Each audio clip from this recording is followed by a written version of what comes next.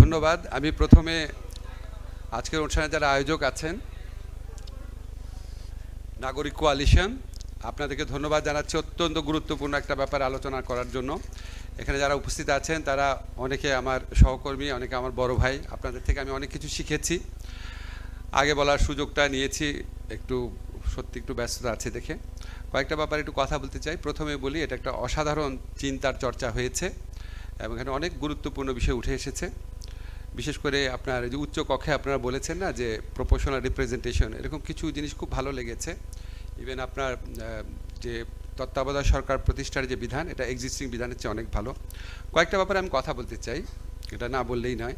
যেমন এই বাস্তবায়নের পদ্ধতি, পথরেখা যেটা বলেছেন, সেটা নিয়ে আমার দুইটা অবজারভেশন আছে। খুবই ভালো হয়েছে পথরেখাটা, কিন্তু একটা কথা বলা হয়েছে, যেমন এটা আমি প্রথম থেকেই বলতাম যে আগামী নির্বাচন হবে, জাতীয় সংসদের নির্বাচন হবে, ওই জাতীয় সংসদই সংবিধান পরিষদ হিসাবে কাজ করবে। আমাদের দেশের রাজনৈতিক ইতিহাসের নজির রয়েছে, পৃথিবীর বিভিন্ন দেশের ইতিহাসের নজির রয়েছে।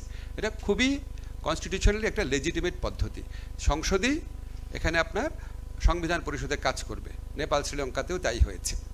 এখন আপনারা যখন একটা সংসদ একই সাথে সংবিধান প্রণয়নের কাজ করে, তখন কিন্তু সে খুব অল্প সময় দিতে পারে। যেমন কখনো কখনো এরকম সিস্টেম করা হয় যে সপ্তাহে 2 দিন তারা সংবিধান পরিষদে কাজ করবে, বা একটা সেশন বা 4টা সেশন সপ্তাহে করবে। তো এমনি সে খুব কম সময় পাচ্ছে। এরকম একটা সংবিধান পরিষদ যে জাতীয় সংসদ হিসেবে কাজ করবে, সে তার সম্পূর্ণ সময়ের খুব বেশি হলে 50% সময় এখানে দিতে পারবে।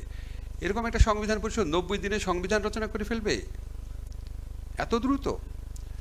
আমার কাছে এটা মনে হয়েছে একটু উচ্চাশা। সবচেয়ে বড় কথা হচ্ছে 90 দিনের মধ্যে যদি তারা করতে না পারে, তাহলে এক্সিস্টিং কনস্টিটিউশন কন্টিনিউ করবে। এখানে হচ্ছে আমার আপত্তি।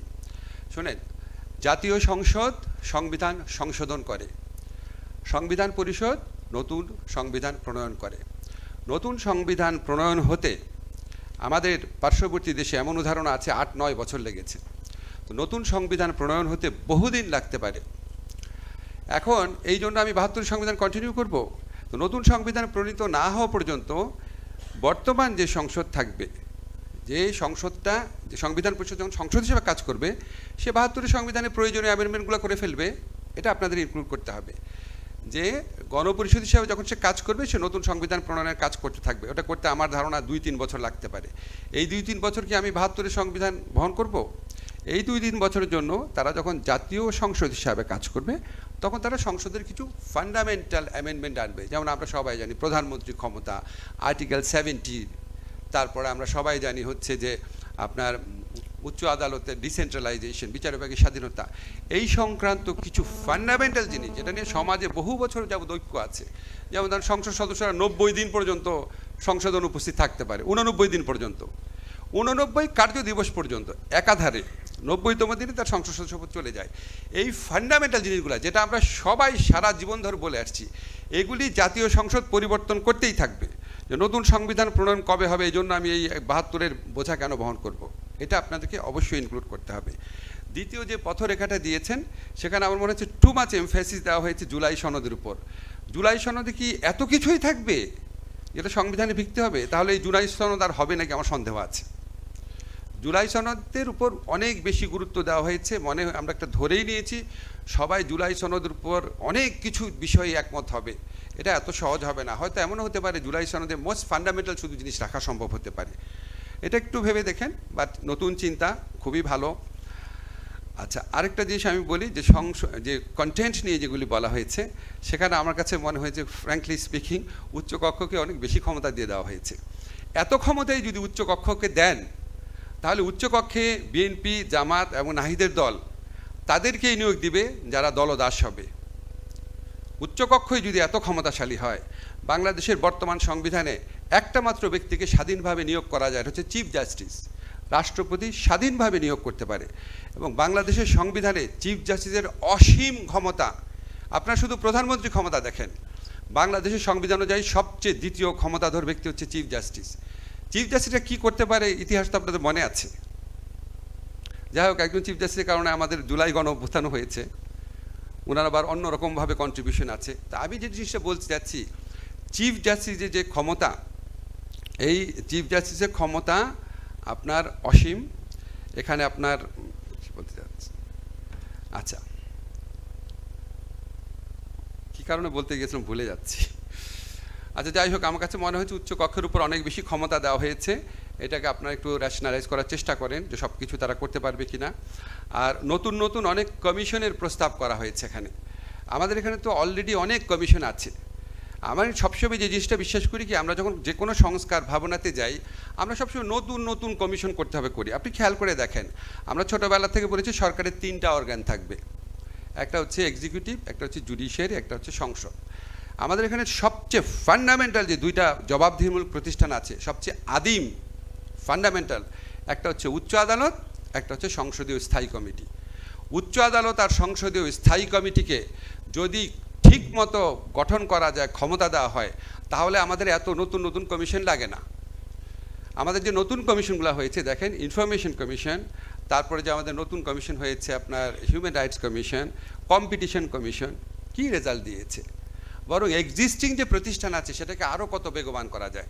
আপনারা যেমন স্থায়ী কমিটির কথা বলেছেন, স্থায়ী কমিটির ক্ষেত্রে কয়েকটা কমিটির কথা বলেছেন, ওটা যেন অবশ্যই হেডেড বাই বিরোধী দলের নেতা হয়। এর মধ্যে কেন স্বরাষ্ট্র মন্ত্রণালয় বিষয়ক স্থায়ী কমিটির নাম ঢুকালেন না? স্বরাষ্ট্র মন্ত্রণালয় বিষয়ক স্থায়ী কমিটি, আইন মন্ত্রণালয় বিষয়ক স্থায়ী কমিটি, অর্থ মন্ত্রণালয় বিষয়ক স্থায়ী কমিটি, শুধু এই 3টা স্থায়ী কমিটি যদি নিয়ম করে দেন, এটার সভাপতি অবশ্যই বিরোধী দলের একজন হবে, তাহলে এটা মনে হয় আর একটু বেশি আপনার ইম্পর্টেন্স পাবে। আর সংবিধানে যে কমিটিগুলোর কথা উল্লেখ করেছেন ঠিক আছে, এর মধ্যে এস্টিমেট কমিটি বা এস্টিমেট কমিটির বাংলা বলতে হিসাব কমিটি না, এস্টিমেট কমিটি নামটাও ঢুকালে ভালো হয়। আরেকটা জিনিস একটু বলি যে প্রধানমন্ত্রীর মেয়াদ যে 2 বছর আপনারা বলেন, এটা খুব জনপ্রিয় দাবি, আমারও দাবি। তা আমি দেখলাম যে কোনো একটা সময় সম্ভবত সালাউদ্দিন ভাই বা বিএনপির একজনই কোথাও বলেছেন প্রধানমন্ত্রী 2 বছর পৃথিবীর কোন দেশে আছে? আমেরিকার রাষ্ট্রপতির কাছে আছে। তা আপনি প্রধানমন্ত্রী 2 বছর বললেই শুধু হবে না, আপনি যদি কনভিন্সিং আর্গুমেন্ট করতে হবে তো, যে পৃথিবীর আর কোন কোন দেশ আছে সেটা বের করে তারপর দেখেন হয় কি না। কারণ প্রধানমন্ত্রী 2 বছরের মেয়াদ কিন্তু কোথাও নাই আসলে। আপনি ইন্ডিয়া বলেন, ইউকে বলেন, কোথাও কিন্তু নাই।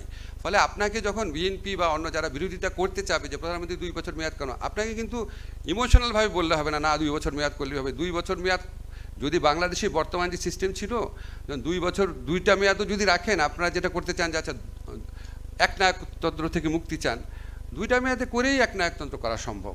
ধরেন 2 মেয়াদের জন্য সালাউদ্দিন ভাই প্রধানমন্ত্রী হলেন ধরেন, তারপরে 2 মেয়াদে হবে ওনার স্ত্রী, তারপরে 2 মেয়াদে হবে ওনার সন্তান। সো 2 মেয়াদ সলিউশন না, 2 মেয়াদ শুধুমাত্র 2 মেয়াদ সলিউশন না। সবচেয়ে ইম্পর্টেন্ট জিনিস, প্রধানমন্ত্রী ক্ষমতাটা কমায় দেন। প্রধানমন্ত্রীর ক্ষমতা, যেমন আমি সবসময় একটা জিনিস বলি, ফান্ডামেন্টাল একটা জিনিস, ভারতে বলে যে রাষ্ট্রপতি ক্যাবিনেটের সিদ্ধান্ত অনুযায়ী, ক্যাবিনেটের পরামর্শ অনুযায়ী সিদ্ধান্ত নিবে। আর আমাদের এখানে রাষ্ট্রপতি প্রধানমন্ত্রীর ক্ষমতা অনুযায়ী সিদ্ধান্ত নেবে। ফলে এই প্রধানমন্ত্রী ক্ষমতাটাকে অ্যাড্রেস করেন। মেয়াদটাও নির্দিষ্ট করা দরকার আছে, কিন্তু কনভিন্সিং আর্গুমেন্ট এস্টাবলিশ করতে হবে। আরেকটা কথা, যে উচ্চ আদালত প্রসঙ্গে যেটা আপনার বলতে চাচ্ছিলাম, সেটা আমার মনে পড়েছে। বাংলাদেশে চিফ জাস্টিসের ক্ষমতা সবচেয়ে বেশি প্রধানমন্ত্রীর পরে। চিফ জাস্টিসকে রাষ্ট্রপতি নিরপেক্ষভাবে নিয়োগ দিতে পারে। শুধুমাত্র এই কারণে, আমার অ্যানালাইসিস, আমি কনস্টিটিউশনাল ল পড়াই প্রায় 20-25 বছর যাবৎ, শুধুমাত্র এই কারণে রাষ্ট্রপতি এবং প্রধান বিচারপতি এই 2টা পদেই দাস শ্রেণীর লোকদেরকে নিয়োগ দেওয়া হয়। যে এত ক্ষমতা প্রধান বিচারপতির, যে কোনো বেঞ্চ উনি ভেঙে দিতে পারে, একা যে কোনো বেঞ্চ পুনর্গঠন করতে পারে। তখন বিএনপি ক্ষমতা এসে কী করবে, আওয়ামী লীগপন্থী যে জাজগুলো আছে ওদের সবচেয়ে আনইম্পর্টেন্ট বেঞ্চ দিবে বা বেঞ্চই দিবে না। আর নিজেদের রিক্রুট যারা আছে তাদেরকে ফান্ডামেন্টাল রাইটস শোনার বা ক্রিমিনাল জুডিশনের বেঞ্চ ওগুলি দিবে, বাকিগুলোকে দিবে civil matters, company law matters, এরকম, বা হয়তো বেঞ্চই দিবে না। একটা লোক পুরা বাংলাদেশের সমস্ত মানুষের মানবাধিকারের বিচার কন্ট্রোল করতে পারে, একটা লোক, জাস্ট চিফ জাস্টিস। তো আমার আশঙ্কা হচ্ছে, আপনি যদি এত ক্ষমতা উচ্চ কক্ষকে দিয়ে দেন, তখন উচ্চ কক্ষকে বিএনপি, এনসিপি, জামাত, অন্য যে কোনো দল, তারা এমন লোক নিয়োগ করবে যে আপনার ছায়া শুনলেই বুঝতে পারবে কী করতে হবে আর কি। এত ক্ষমতা থাকা বোধহয় সম্ভবত ঠিক না। আরেকটা কথা বলি, একটু শেষ করি, এটা আমাদের সমাজের একটা ব্যাধি, আমি খুব সরি এটা বলতেছি। সেটা হচ্ছে, আমরা মনে করি কি পৃথিবীর সমস্ত সলিউশন সংবিধানে আছে। আমি দেখলাম জুলাই গণ অভ্যুত্থানের পর সবাই বলছে 72-এর সংবিধানের কারণে বাংলাদেশে এই অবস্থা হয়েছে, এই অবস্থা হয়েছে। অবশ্যই ৭২-এর সংবিধানের ফল ছিল, বাট ৭২-এর সংবিধানের কারণেই যদি এই ফল থেকে থাকে, ৭২-এর সংবিধানে আমরা যে শেখ হাসিনার ফ্যাসিস্ট আমল ছাড়া এর আগে যে আমলগুলো দেখেছিলাম ৯০ থেকে ২০০৬-৭ পর্যন্ত, সেখানে কি, বা জিয়াউর রহমানের আমলে, সেখানে কি আমরা এত অরাজকতা দেখেছি? সংবিধানই কি সব? সংবিধান তো একটা আইন, আরও অনেক অনেক অনেক অনেক আইন আছে সংবিধানে। আমার একটা যে মনে আছে, আমি কামাল স্যারের সাথে একবার যে সাউথ এশিয়ান ফর হিউম্যান রাইটসের একটা ডেলিগেশন সদস্য হয়ে মালদ্বীপে গিয়েছিলাম। তখন মোহাম্মদ নাশিদ আপনার ক্ষমতাচ্যুত হয়েছেন, সবাই মিলে চিন্তা করছে কী সংবিধান করা যায়। ইয়ামিনরা আসলো, তারপরে আবার যখন ডেমোক্রেসি আসলো, তারপর আমরা খুঁজে দেখলাম মালদ্বীপের সংবিধান হচ্ছে পৃথিবীর শ্রেষ্ঠ সংবিধান, সবাই স্বাধীন, এটা ম্যাজিস্ট্রেটকেও আপনার কর্মচ্যুত করা যায় না, মোটা একটা সংবিধান, সমস্ত কিছু সাংবিধানিক প্রতিষ্ঠান, ইনফরমেশন কমিশনের সাংবিধানিক প্রতিষ্ঠান। আপনার খুলে দেখেন মালদ্বীপের সংবিধান। তো কি হয়েছে? মালদ্বীপে কি গুড গভর্নেন্স এস্টাবলিশ হয়েছে? আর ইউকের তো কোনো সংবিধানই নাই, কম্পাইল কোনো সংবিধানই নাই। ইউকের মতো আপনার গুড গভর্নেন্স কয়টা দেশে আছে? ইন্ডিয়ার এত মোটা একটা সংবিধান, আমেরিকার এত পাতলা একটা সংবিধান। সব উত্তর সংবিধানে খুঁজেন না, এটা হচ্ছে আমার ঐকান্তিক অনুরোধ। ছোট ছোট লয়ের মাধ্যমে বিরাট পরিবর্তন করা যায়, বিরাট পরিবর্তন। একটু খুবই বিনয়ের সাথে বলি, ধরেন আমাদের দেশে সিভিল প্রসিডিউর কোড আছে, আমি খুব অবাক হয়েছি শুনে যে ওইখানে প্লেইন্ট যে আর্জিটা এবং রিটেন স্টেটমেন্ট, সেই দুইটা জিনিসই আপনার পড়ে পড়ে শোনানো হয়, আর যিনি প্লেইন্ট লিখেছেন, যিনি রিটেন স্টেটমেন্ট লিখেছেন, উনি মাথা নাড়তে থাকেন, হ্যাঁ এটা উনি লিখেছেন। এই শুনানি করতে 2 বছর চলে যায়, কারণ অনেকদিন পর ডেট পড়ে। তা আপনি যদি একটা ছোট্ট নিয়ম করে দেন, আমরা করে দিয়েছি এটা সংশোধনী করে, যে প্লেইন্ট আর রিটেন স্টেটমেন্ট কোর্টে পড়তে হবে না, কোনোভাবেই পড়া যাবে না, শুধু লিখিতভাবে লিখে সাইন করে দিবে, ঝামেলা শেষ। সিভিল বলাতে একটা মামলা করি আমরা, আবার এক্সিকিউশনের জন্য আবার মামলা করে, সেটার জন্য আরও 5 বছর লাগে। আমরা বলেছি এক্সিকিউশন আর এমনি টাইটেল স্যুট একসাথে করতে হবে। মানে আমি যেটা বলতে চাচ্ছি সেটা হচ্ছে অনেক বড় বড় জিনিস আপনার এই অ্যাক্ট অফ পার্লামেন্টে চেঞ্জ করে করা যায়, বা নতুন অ্যাক্ট অফ পার্লামেন্টে করা যায়।